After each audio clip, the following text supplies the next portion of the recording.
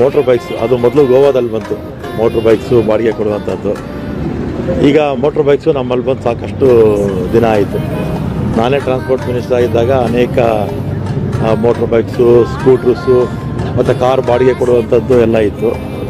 ತಪ್ಪು ನಡೀತಾ ಇದೆ, ಇದು ಸರಿಯಲ್ಲ ಈ ರೀತಿಯಾಗಿ ಅಂತ ನಿಮ್ಗೇನು ಹೇಳಬೇಕು ಅಂತ ಅನಿಸಲ್ಲ.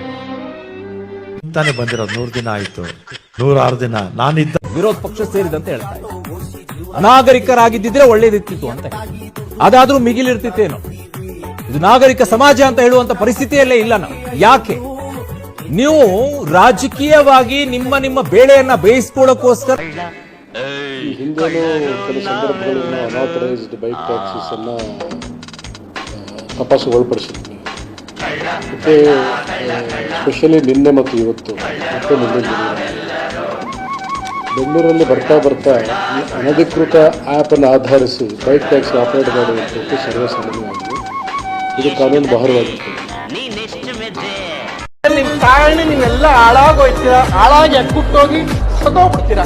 ಕರೋನಾ ಬಂದು ಎಂತೆಂಥವ್ರು ಸಾಯ್ತಾರೆ, ನಿಮ್ಮಂತೂ ಸಾಯ್ತಾ ಇಲ್ಲ. ನಂಗೆ ಅದೇ ಬೇಜಾರ. ಸರ್ಕಾರದಿಂದ ಸರ್ಕಾರದಿಂದ ಒಂದು ಆಪ್ ಮಾಡಿ ಅಂತ ಹೇಳಿದ್ದಾರೆ. ಸರ್ಕಾರದಿಂದ ಆಪ್ ಮಾಡೋದ್ರಲ್ಲಿ ಯಾವುದೇ ತೊಂದರೆ ಇಲ್ಲ ಅಂತ ನಮಗನ್ಸುತ್ತೆ. ಈಗಾಗಲೇ ಆಯುಕ್ತರು ನನ್ನ ಜೊತೆ ಚರ್ಚೆ ಮಾಡಿದ್ದಾರೆ. ಅದೊಂದು ಆಪ್ ಆದರೆ ಈ ಸಮಸ್ಯೆಗಳೆಲ್ಲ ಅರ್ಧ ಪರಿಹಾರ ಆಗುತ್ತೆ ಅಂತ ನನ್ನ ಮತ್ತು ನಮ್ಮ ಅಧಿಕಾರಿಗಳ ಒಂದು ಅಭಿಪ್ರಾಯ. ಕಷ್ಟಪಟ್ಟು ಕೆಲಸ ಮಾಡುವಂಥವರು, ಶ್ರಮಿಕ ವರ್ಗ, ಅವರಿಗೆ ಸಹಾಯ ಮಾಡಬೇಕು ಅಂತ.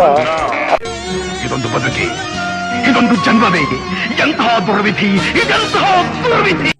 ಆಟೋ ತಗೊಳ್ಳೋದಕ್ಕೆ ಲೋನ್ ತಗೊಂಡಿರ್ತಾರೆ. ಮತ್ತು ಆಟೋ ಚಾಲಕರು ಅವರು ಓನರ್ ಆಗಿರೋದಿಲ್ಲ.